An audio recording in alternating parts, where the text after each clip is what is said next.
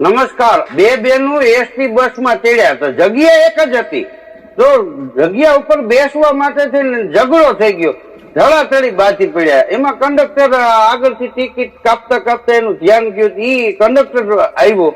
Conductor કે શું છે, માથાકૂટ શેમાંથી થઈ? તો એને ઝઘડાનું કારણ જાણ્યું કે ભાઈ બેસવા માથાકૂટ થઈ છે. તો કંડક્ટર એટલું બોલ્યો કે હવે તમે એક કામ કરો. શું? કે ઉંમરમાં જે બેન મોટા હોય એ બેસી જાય, ઉંમરમાં જે બેન નાના હોય એ ઉભા રહે. તા તો ઈના એ બે બેનું તાણ કરવા મળ્યા.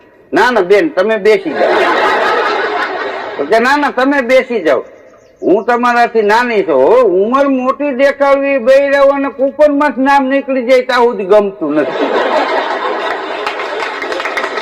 હમણાં એક બેન એના પતિને કહેતા હતા, ઈ કે સાંભળ્યું કે શું? તો કે મારું વજન બહુ વધતું જાય છે, તો આનો કઈ ઉપચાર બતાવો ને, આની કઈ દેશી દવા કે કઈ તમે તપાસ કરો ને, બહુ વજન વધે છે.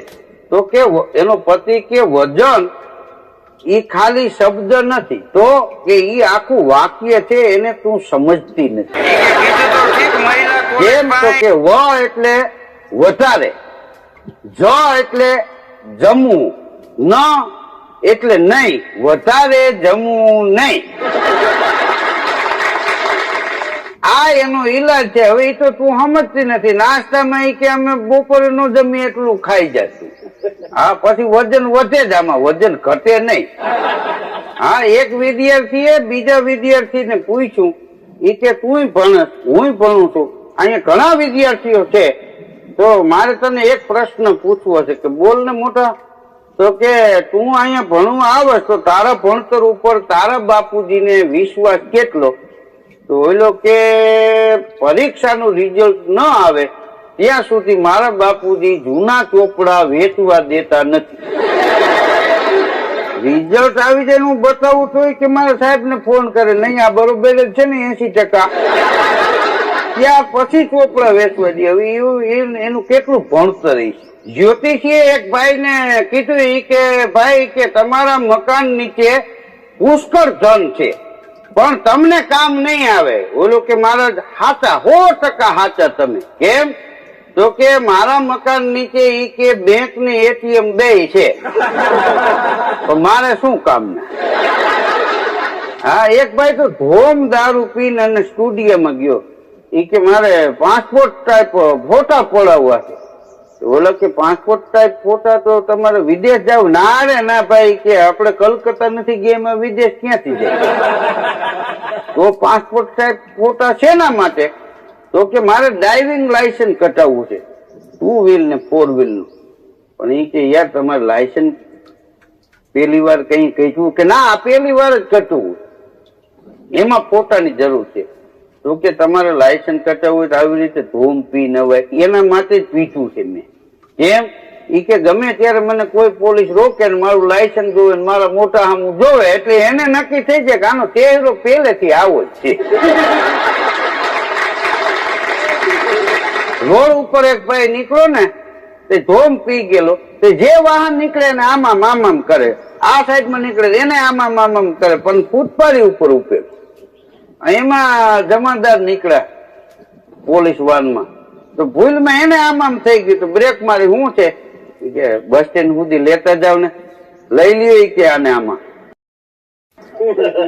પોલીસ વાનમાં લઈ ગયા. પછી બસ સ્ટેન્ડે ઉભી ન રાખી અને બરણાટી મારે પોલીસ સ્ટેશને ગાડી ઉભી રાખી. તો સાહેબ બસ સ્ટેન્ડ આવી ગયો કે ના પોલીસ સ્ટેશન આવી ગયું? તો કે એમ તું કે નો હાલી કે લીમડો પકડ. 3 ફોટા માર્યા, પૂરજો કસ્ટડીમાં. એ પોલીસ કસ્ટડીમાં પૂરજો તો એમાં 3 જણા બીજા હતા. તો આમ જોઈને કે ભાઈ તમારે ક્યાં જવું છે? તો એક ભાઈ કે મારે તો સુરત જવું છે. બીજાને કે તમારે? મારે બરોડા જવું છે. ત્રીજાને કે તમારે ક્યાં જવું છે? એ કે મારે તો મુંબઈ જવું છે. તો ઓલા 3 ભેગા થઈને કે તું કે ને તારે ક્યાં જવું છે? કે ઈ ખબર હોય તો થોડો પોલીસ ને ઊંચું હાથ કરીને ગાડી રોકું. મૂળ એને ક્યાં જવું છે એને ખબર નથી. આ બધી સમયની વાતો છે. તમે જો ઉનાળામાં શહેર હોય કે ગામડું હોય, મકાનની આગળ ધૂળ ઉડે ને ત્યારે લોકો એમાં પાણી નાખે. શું કામ? ધૂળ ન ઉડે એટલે. અને પાછું ચોમાસું આવે અને જોરદાર વરસાદ થાય, પાણીના ખાડા ખાબોચીએ ભરાઈ જાય ને તો એમાં તગારું ફરીને ધૂળ નાખે. શું કામ? પાણી ન ઉડે. આ બધી સમયની વાત છે. સમય બલવાને નહીં પુરુષ બલવાન, કાબે અર્જુન લૂંટ્યો વોહી ધનુષ વોહી બાણ. લોકડાઉનમાં એક મિત્ર બીજા મિત્રને મળ્યો તો કે હવે લોકડાઉન થી તો કાલે પૂરું થઈ જાય છે, તો કે પરિવાર બધા મજામાં? કે હો મજામાં, શાંતિ? તો કે હા. તો કે પૈસાની શું પોઝિશન છે?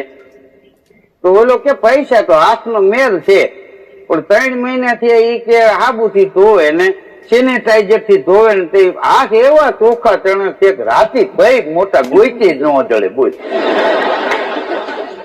વાત કે છે ને લોકો કે પૈસા હાથનો મેલ છે, એ વાત છે, પણ હકીકતમાં પૈસા બનાવવા ઈ અઘરી બાબત છે.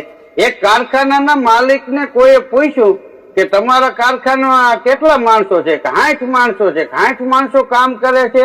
તો કે હું હોય ત્યારે બધાય કામ કરે છે, બાકી ગણ્યા ગાય છે. અને એની વાતે હતી. શેઠ ને બહાર જવું તો એક માણસને કે દરવાજો ખોલ, એટલે દરવાજો ખોલ્યો અને શેઠ કે હું આજ નહીં આવું તો તું ધ્યાન રાખજે. અરે કે તમે કઈ ચિંતા ન કરતા એમ કરીને દરવાજો બંધ કર્યો. પણ શેઠ ને ખબર ન હોય કે મીંદડીને દૂધનું રખોપું ન હોપાય. અંદર જઈને ઓલાને કે મોટા ફાંકી કાઢી કે, પણ કે શેઠ કે હવે એ આંખ બુદ્ધિ ન હોય, મને કીધું તું ધ્યાન રાખજે.